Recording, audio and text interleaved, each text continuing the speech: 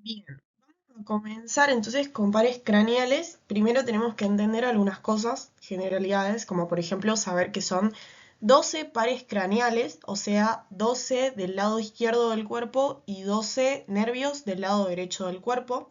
Se llaman justamente pares craneales porque van a ser 12 pares, o sea, 24 nervios en total, que van a inervar todo lo que es la región de la cara y del cuello. Y craneales viene, o sea, deriva de esa palabra justamente porque son nervios que emergen de lo que es el tronco encefálico del cerebro y van a pasar por todo lo que son los forámenes del cráneo. Viste que la base del cráneo tiene un montón de forámenes en las fosas craneales, anterior, media y posterior. Bueno, por estos forámenes es por donde salen y entran estos nervios. Y es muy importante porque algunos van a ser principalmente los nervios de los sentidos, como por ejemplo el nervio olfatorio es el nervio del olfato, el óptico es el nervio de la vista, el glosofaringio se encarga de inervar lo que es la lengua para que podamos sentir los gustos, bueno, etcétera. Ya los vamos a ir viendo bien, pero más que nada era para entender tipo esto, son 12 pares craneales, 12 del lado izquierdo, 12 del lado derecho y inervan lo que es la cabeza y el cuello. Bueno, algunos de estos pares van a tener configuración motora, quiere decir que inervan motoramente a las estructuras. Otros van a ser sensitivos, o sea que inervan sensitivamente para que nosotros podamos sentir. Y algunos van a ser mixtos, o sea, van a ser motores y sensitivos. Entonces, cuando hablamos de sensitivos, nos referimos a el número uno, el par número uno, que es el olfatorio, al número 2, que es el óptico, y al número 8, que es el vestíbulo coclear. Cuando hablamos de motores, nos referimos al par número 3, que es el oculomotor, al 4, que es el troclear, y al 6, que es al abducens. Después tenemos al número 11, que es el accesorio, y al número 12, que es el hipogloso. Y cuando hablamos de mixtos tenemos al 5, que es el trigémino, al 7, que es el facial, al 9, el glosofaringio y al 10, el vago. Una cosita importante es que cuando hablamos de los pares oculomotor, troclear y abducens, o sea 3, 4 y 6, generalmente se suele hablar de estos tres pares juntos, más allá de que no sean seguidos, o sea el 3 y el 4 sí, pero el 6 se lo suele explicar juntos porque son pares que se complementan, o sea, los tres tienen el mismo destino, solamente que inervan estructuras diferentes, pero tienen el mismo destino y la misma función. Bueno, entonces, esto sería una vista inferior del encéfalo. Acá estaríamos viendo los hemisferios cerebrales desde una vista inferior, entonces. Esto sería el cerebelo y acá veríamos al tronco encefálico. Es como si una persona estuviera de pie mirando hacia adelante y nosotros nos colocáramos bien debajo y podríamos ver esto técnicamente si le pudiéramos ver el cerebro. Entonces, bueno, esto sería anterior, esto sería posterior porque acá está el cerebelo y esto serían los laterales y esto sería la línea media. Entonces acá vemos el par número uno, o sea, su origen, que estaría en lo que es el bulbo olfatorio del cerebro, sería el nervio olfatorio. Seguidamente tenemos al par número 2, que acá sería el óptico y está formando justamente el quiasma óptico. Ahí lo tenemos al óptico. Después tenemos al par número 3, que lo encontramos acá entre lo que sería, bueno, la parte superior del puente. Seguido al oculomotor encontramos al troclear, que es el par 4. Y después encontramos más hacia inferior este enorme nervio que es el trigémino, que es uno de los más grandes. Después encontramos al abducens en lo que sería la unión entre el puente y el bulbo raquídeo. Más hacia el lateral del abducens está el facial, que es el número 7, y abajo del facial ya viene el número 8, que es el vestíbulo coclear, este de rosado acá. Bueno, después tenemos al número 9 debajo del vestíbulo coclear, que es el glosofaringio, Y bien debajo del glosofaringeo está el vago, el número 10. Y ya casi por último está el accesorio. Y por último encontramos al hipogloso, que es el único que sale del surco preolivar. Bien, entonces estos serían todos los pares craneales vistos desde una vista inferior. Bueno, comenzamos por el nervio olfatorio. Otra cosa muy importante es que todos los nervios van a tener un origen real y un origen aparente. Cuando hablamos de origen real, siempre va a ser prácticamente cuando se trata de células, o sea, directamente las células que dan origen al nervio. Y origen aparente es más o menos desde donde nosotros empezamos a ver que aparece el nervio. ¿Ok? Entonces, origen real del nervio olfatorio van a ser las células de la mucosa nasal de la nariz, ¿no es cierto? Acá en la mucosa nasal hay unas células bipolares que se encargan de transmitir los impulsos nerviosos olfatorios hacia lo que es el bulbo olfatorio. Entonces, origen real, estas neuronas, y origen aparente, las células del bulbo olfatorio. Entonces, ¿cómo es esta vía o cómo es el trayecto de este nervio? La información o los estímulos odoríferos van a entrar por lo que es la nariz, por ejemplo, en esta imagen, y estimulan a lo que son las células bipolares que se encuentran acá, que son estas. Entonces, estas células bipolares, mediante sus axones, van a transmitir esta información hasta el bulbo olfatorio, que se encuentra acá en la base del cráneo. Y para eso tienen que pasar por los filetes olfatorios que se encuentran en la lámina cribosa, que es este hueso de acá. Si te acordás del hueso etmoides, tenía una lámina cribosa que estaba como toda perforada por minis agujeritos. Bueno, es justamente para que los filetes olfatorios, que son estos, puedan atravesar la lámina y llegar al bulbo. Bien, cuando llegan al bulbo, acá van a hacer sinapsis con las neuronas del bulbo olfatorio. Y acá estas neuronas del bulbo olfatorio se van a dividir en dos estrías, que son como dos vías. Una estría medial y una estría lateral. Decimos que la estría medial va a decusar hacia el bulbo contralateral y allí va a ascender hacia la corteza olfatoria primaria. Y lo que sería la estría lateral se dirige directamente hacia la corteza olfatoria primaria, pero del mismo lado del cuerpo. Entonces, estría medial decusa y se va a la corteza, y estría lateral continúa hacia la corteza por el mismo lado. Bueno, acá es un ejemplo de cómo iría la vía. Básicamente uno huele, por ejemplo, una flor, el estímulo odorífero llega a lo que es la mucosa nasal y estimula a las células bipolares, y acá viaja hasta el bulbo olfatorio y llega hasta la corteza cerebral. Y ahí es donde se procesa la información de ese estímulo y uno puede reconocer lo que está oliendo, básicamente. Bueno, seguimos con el nervio óptico.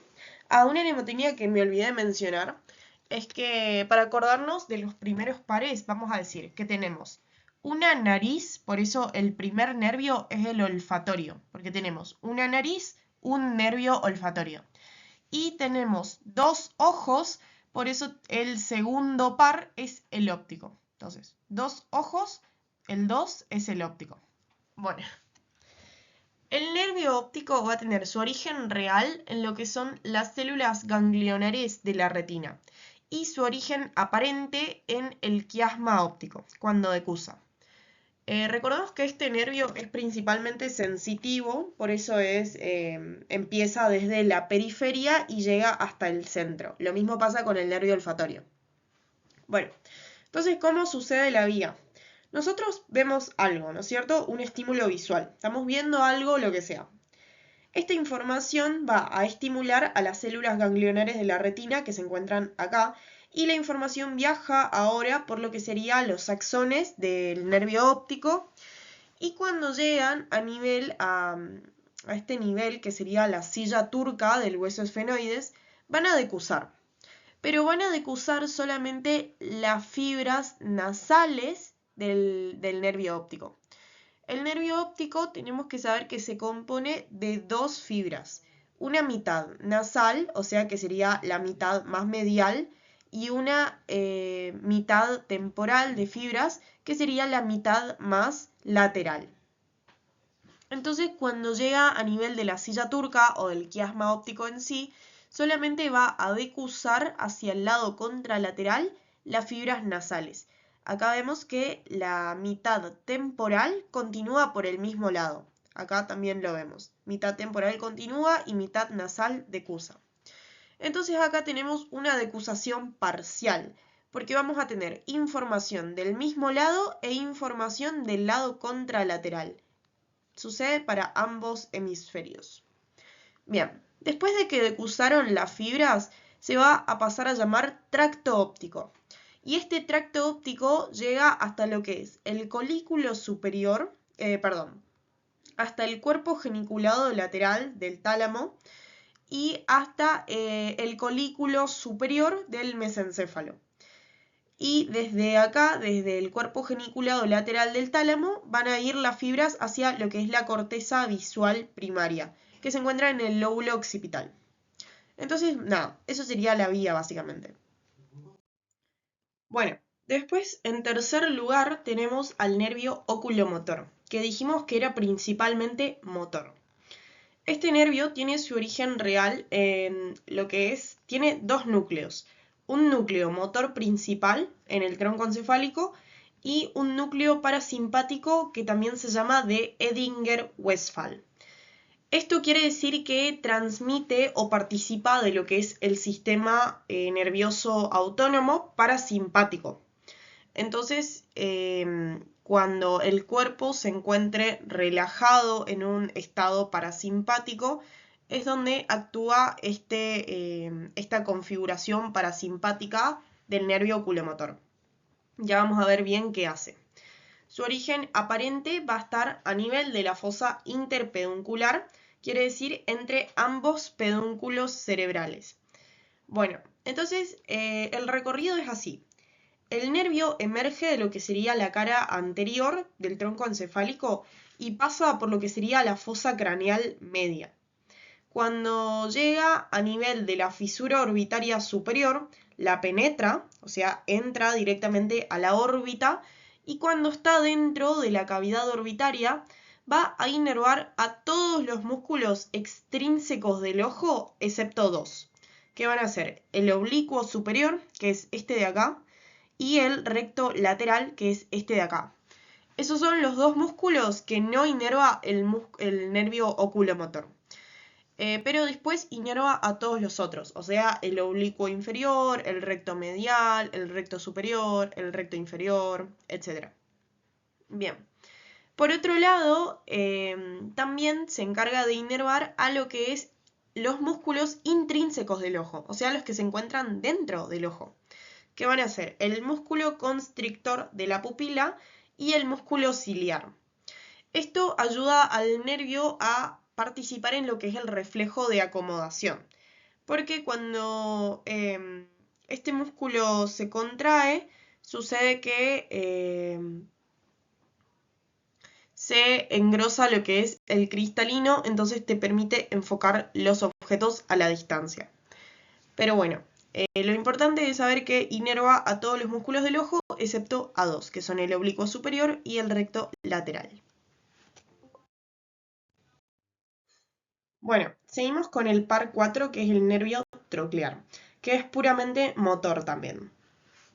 El nervio troclear es muy parecido al oculomotor.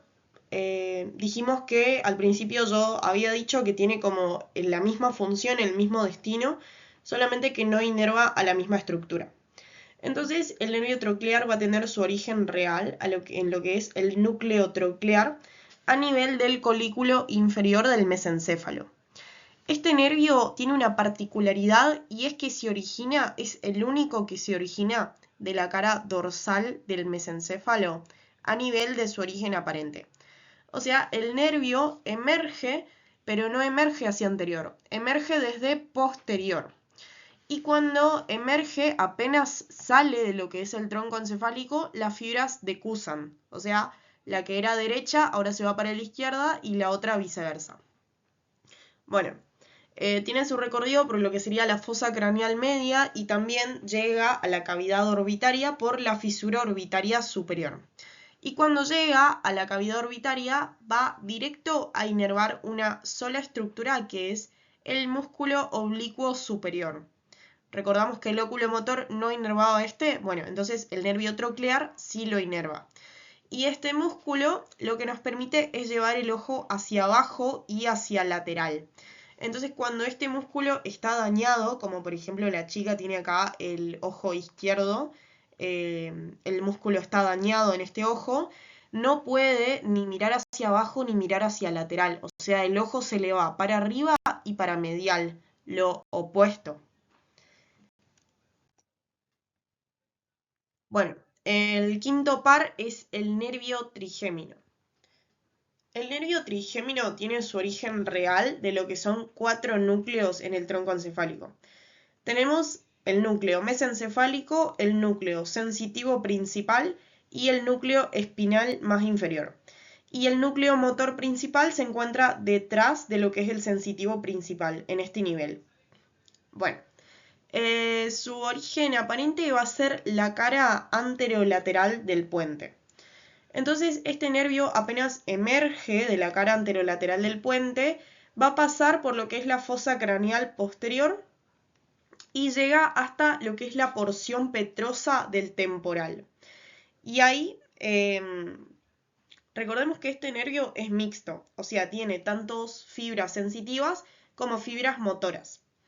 Entonces, cuando el nervio llega a lo que es la porción petrosa del temporal, va a situarse en una topografía que se llama cabo trigeminal o impresión trigeminal, que es como un huequito que hay en el hueso temporal y es justamente para que este nervio se sitúe y ahora sus fibras sensitivas se dilatan para formar un ganglio, que se llama ganglio de Gasser.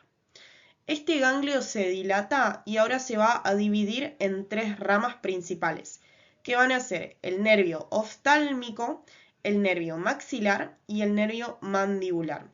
Y a su vez, estas ramas van a dar sus propias ramas. Por el nervio oftálmico tenemos al nervio frontal, nasociliar y lagrimal.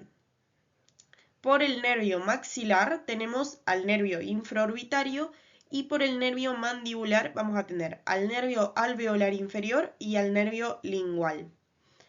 Bien, es importante recalcar que las primeras ramas colaterales van a ser sensitivas, o sea, el nervio oftálmico y sus ramas, y el nervio maxilar y sus ramas, y el nervio mandibular tiene configuración mixta, o sea, de sensitivo y motor. Esto es porque el nervio mandibular se va a unir con lo que es la rama motora del nervio trigémino. ¿Bien? Bien, entonces, el nervio oftálmico va a inervar sensitivamente todo lo que es la región de la piel, de la frente, de los párpados, de los ojos y la porción superior de las mejillas.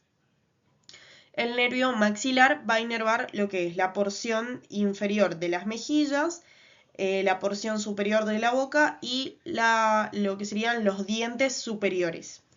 Y el nervio mandibular va a inervar a lo que son los dientes inferiores, el mentón, y el nervio lingual inerva lo que es el tercio anterior de la lengua sensitivamente. Bien, y eso sería el nervio trigémino básicamente. Es importante saber que inerva sensitivamente a todos los músculos de la mímica y de la masticación. Bien, en sexto lugar tenemos al nervio abducens, que es totalmente motor y es muy parecido al 3 y al 4. Entonces tiene su origen real en lo que es el núcleo del abducens debajo del colículo superior, o sea, bien en lo que sería el puente hacia inferior. Y su origen aparente por el surco bulbopontino. Es un surco que se forma entre el bulbo raquídeo y entre el puente. Entonces, una vez que emerge de la cara anterior del tronco encefálico, tiene su recorrido por lo que es la fosa craneal media y penetra en la cavidad orbitaria gracias a la fisura orbitaria superior. Y cuando llega a la cavidad, directamente se va para inervar a una sola estructura, que es el músculo recto lateral del ojo, que nos permite virar el ojo hacia lateral. Entonces esa es su única función, básicamente, inervar a este músculo. Y ahí tenemos la inervación total del ojo. La mayor parte la inerva el 3 o oculomotor. Después tenemos al troclear, que inervaba lo que es el oblicuo superior. Y por último, el abducens, inerva a lo que es el recto lateral.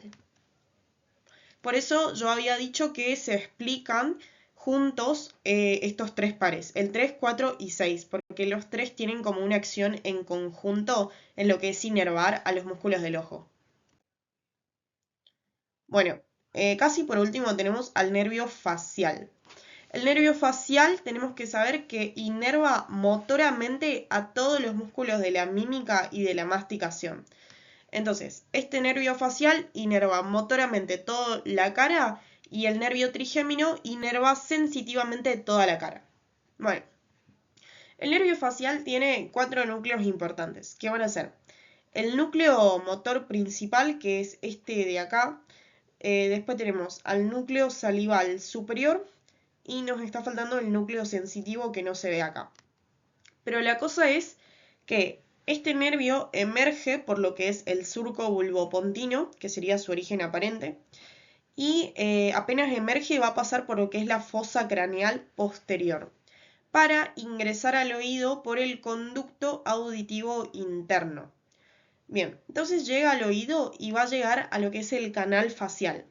Y dentro del oído, este nervio nos da algunas ramitas, como pueden ser el nervio petroso mayor, el nervio estapedio, este nervio para el músculo estapedio, y el nervio cuerda del tímpano. Bueno, lo más importante es que este nervio sale del oído por lo que es el foramen estilomastoideo, que si nos acordamos es un foramen que solamente lo vemos desde exocráneo. Y bueno, va a tener un recorrido hacia lo que es la cara y en su trayecto va a perforar a la parótida, pero no la inerva. Eso es porque la parótida embriológicamente se desarrolló después de lo que es el nervio. Entonces es como que rodea al nervio. Y después de atravesar la parótida se va a dividir en sus 5 ramas terminales, que van a ser desde superior hasta inferior: la rama temporal, la rama cigomática, la rama maxilar, la rama mandibular y la rama cervical. Para esto hay una mnemotecnia que todos usamos, que es poner nuestros 5 dedos en lo que sería la cara y decimos que el más superior es el temporal, cigomático, después tenemos bucal o maxilar, mandibular y por último cervical.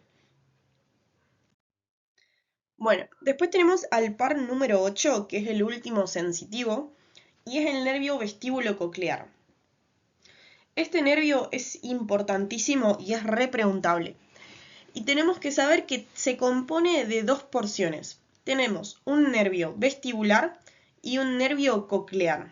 Entonces como que se explican los dos por separado, pero si vos querés lo podés explicar juntos. Yo voy a explicarlos juntos ahora, pero igual voy a recalcar algunas diferencias. Entonces, el origen real va a ser los núcleos cocleares para lo que sería el nervio coclear y los núcleos vestibulares para lo que sería el nervio vestibular. Los cocleares se encuentran a nivel del bulbo raquídeo y los vestibulares se encuentran más arriba en lo que sería el puente. El origen aparente va a ser el surco bulbopontino. Entonces, este nervio, al ser sensitivo, obviamente lo comenzamos a explicar desde la periferia hasta que llega al tronco encefálico. Entonces, ¿dónde va a nacer, entre comillas? Va a nacer en lo que serían las neuronas que se encuentran en el utrículo, el sáculo, que serían estas estructuras de acá, y los conductos semicirculares darían origen a lo que sería el nervio coclear. Utrículo y sáculo dan origen al nervio vestibular. Entonces, una vez que se originan estas dos porciones, bueno, van a recibir lo que son los estímulos sonoros. Cuando nosotros escuchamos algo, vamos a dibujar acá una orejita. Esto es una oreja. Entonces, Cuando nosotros escuchamos algo, nuestro oído lo transmite hacia el oído interno como ondas sonoras. Y estas ondas sonoras van a hacer vibrar un líquido que se encuentra dentro de los conductos semicirculares, que es la endolinfa y la perilinfa. Y cuando este líquido vibra, lo va a transmitir esta vibración hasta lo que sería el nervio vestibular y al nervio coclear, a los dos. Bien, entonces la información llega hasta estos dos nervios y ellos van a salir juntos de lo que sería el conducto auditivo interno, justamente por el foramen auditivo interno, que estaría acá. Y una vez que salen del oído, van a dirigirse a lo que es el tronco encefálico. El nervio vestibular se va a dirigir a lo que serían los núcleos vestibulares en el puente y el nervio coclear se va a dirigir a lo que serían los núcleos cocleares a nivel de el bulbo raquídeo.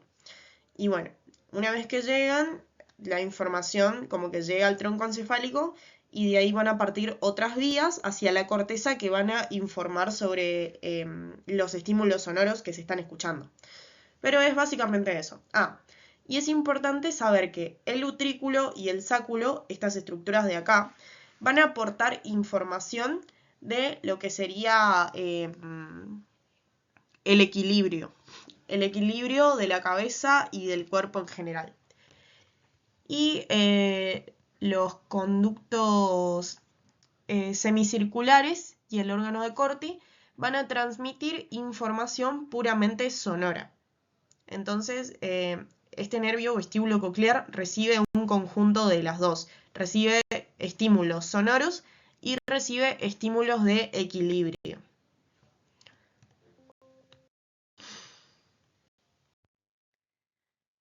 Bien, después tenemos al par número 9, que es el glosofaringio, que dijimos que tenía configuración mixta. Su origen real está dado por tres núcleos, que van a ser el núcleo motor principal, tiene un núcleo parasimpático, que va a ser el núcleo salival inferior, y tiene un núcleo sensitivo, que, bueno, nada, esos tres núcleos. Y después tenemos al origen aparente, que va a ser a nivel del surco retroolivar. Bien, este nervio cuando emerge por lo que es el surco retroolivar va a salir de lo que es el cráneo por el foramen yugular. Antes de salir nos va a dar un ganglio, que es el ganglio yugular superior, y después de salir va a formar otro ganglio, que es el ganglio yugular inferior. Una vez que sale de lo que es el cráneo, va a descender por el cuello junto con la carótida externa y con la vena yugular interna y se dirige directamente hacia inervar motoramente a lo que es el músculo estilofaringeo de la faringe y en general a los músculos constrictores de la faringe. Y sensitivamente inerva a lo que es el piso de la lengua y parasimpáticamente inerva a lo que es la glándula parótida. Entonces tiene esas tres inervaciones. Motoramente a los músculos constrictores de la faringe, sensitivamente a lo que es el piso de la lengua, el tercio posterior de la lengua, acá lo vemos, y parasimpáticamente inerva a lo que es la glándula parótida. Bueno, después tenemos al nervio vago, que también se lo llama neumogástrico, y dijimos que también tenía configuración mixta. Este nervio tiene su origen real a través de 4 núcleos. El núcleo motor principal, el núcleo parasimpático o dorsal del vago y el núcleo sensitivo. Y su origen aparente también está dado por el surco retroolivar. Entonces, este nervio emerge por lo que es el surco retroolivar y va a salir del cráneo también por el foramen yugular. Después de salir por el cráneo va a descender por el cuello y en su trayecto va a recibir a lo que sería la raíz craneal del nervio accesorio, que es el par número 11. Mediante esta raíz craneal se va a distribuir por lo que es la laringe y la faringe para inervar a los músculos de esa región. Bien, la otra parte, la parte del nervio vago que no recibe a la raíz craneal, va a descender por el cuello hasta llegar a lo que sería la parte superior del tórax. Y acá tenemos una división muy, pero muy importante. Porque el vago derecho, o sea, el vago que se encuentra del lado derecho del cuerpo, va a pasar por lo que sería delante de la arteria subclavia y cuando la rodea nos va a dar el nervio laríngeo recurrente para inervar a lo que sería la laringe. Ahora, el vago izquierdo pasa por delante no de la arteria subclavia, sino del callado aórtico. Porque recordemos que hacia el lado izquierdo del cuerpo nosotros tenemos más que nada el callado aórtico. Entonces pasa por delante de este, lo rodea y acá vemos cómo nos da el nervio laringio recurrente que pasa por debajo del callado y se dirige hacia la laringe. Esto es muy importante y es súper preguntable, sobre todo por los doctores, porque bueno, hay una importante diferencia entre ambos nervios y por ejemplo en los momentos de la cirugía es donde se tiene que tener muy presente esta diferencia de ambos para no cortar a lo que sería el nervio laringio recurrente y bueno, prácticamente no dejar a la persona sin voz. Bueno, ahora continuamos por separado explicando el vago derecho y el vago izquierdo porque presentan algunas diferencias. El vago derecho entonces cuando nos da el nervio laringio recurrente sigue descendiendo y va a dar ramas para lo que serían los pulmones, el corazón y el esófago para formar determinados plexos, o sea, plexo pulmonar, plexo cardíaco y plexo esofágico. Después sigue descendiendo y pasa por lo que sería el hiato del diafragma y va a pasar a llamarse tronco vagal posterior, el vago derecho. Y acá se dirige por todo lo que es la región esplácnica en general e inerva un poco de todo. Inerva al estómago, al hígado, al duodeno, al intestino, al colon, a los riñones y al vaso. O sea, prácticamente inerva a todos los órganos de la pared abdominal. Y el vago izquierdo tiene prácticamente el mismo recorrido. Una vez que nos da el nervio laringio recurrente, sigue descendiendo, pasa por lo que sería el hiato del diafragma como tronco vagal anterior y se distribuye por toda esta zona para inervar a los mismos músculos, a los mismos órganos, perdón. Bueno, casi por último tenemos al nervio accesorio, que es muy parecido al nervio, ¿cómo se llama? Vestíbulo coclear, porque también tiene dos orígenes o dos nervios dentro del mismo nervio. Tenemos una raíz craneal y una raíz espinal, y se debe principalmente a sus orígenes. La raíz craneal se origina de lo que es el bulbo raquídeo en lo que sería el núcleo ambiguo, dentro del bulbo raquídeo, acá lo vemos. Y la raíz espinal se origina de lo que es la sustancia gris anterior de la médula espinal desde más o menos lo que sería su inicio a partir de la primera cervical hasta la quinta cervical. O sea, todas estas raíces nerviosas espinales van a contribuir a lo que es el nervio accesorio. Entonces, las dos raíces podemos decir que salen juntas de lo que es la base del cráneo, la raíz espinal sale por lo que es el foramen magno y la raíz craneal sale por lo que es, también el foramen magno, y una vez que salen van a separarse porque la raíz craneal se disocia justamente para unirse a lo que es el nervio vago y juntos inervan a lo que sería la laringe y la faringe. La raíz espinal continúa su recorrido por separado y desciende por el cuello para inervar a dos músculos. Inerva por un lado al trapecio y por otro lado al músculo esternocleidomastoideo.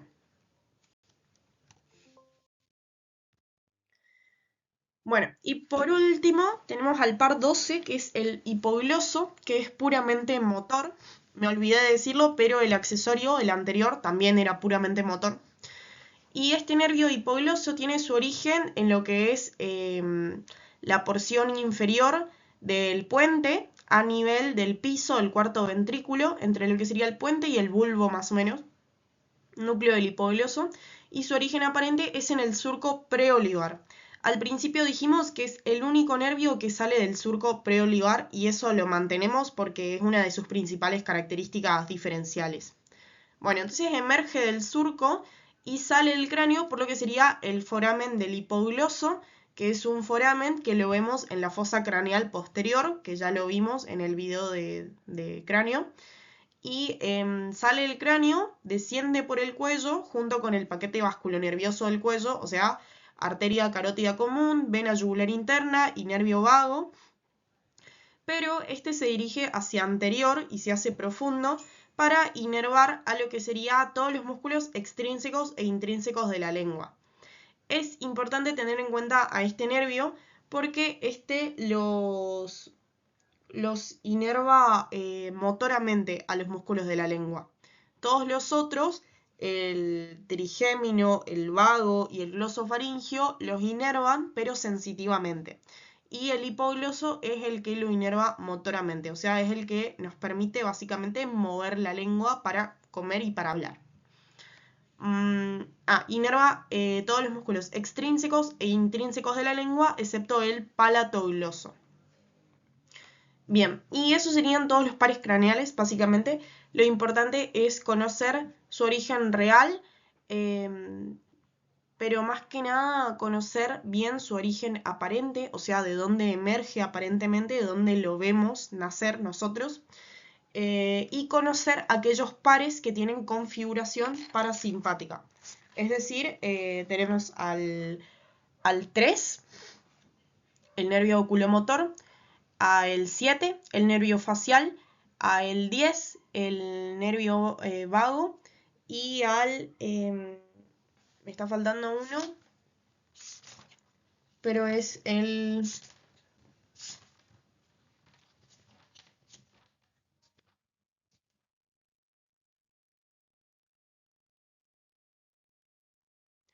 Y al 9, perdón, me colgué, me estaba fijando. Tenemos al 3, al 7, al 9 y al 10, que tienen configuración parasimpática, porque eso también preguntan mucho. Y también saber, bueno, más que nada su función, prácticamente. O sea, qué es lo que hace. Siempre preguntan. ¿Qué inerva sensitiva, motoramente? ¿Qué te permite hacer esa función? Bueno, y más que nada eso. Así que cualquier duda, pregúntame.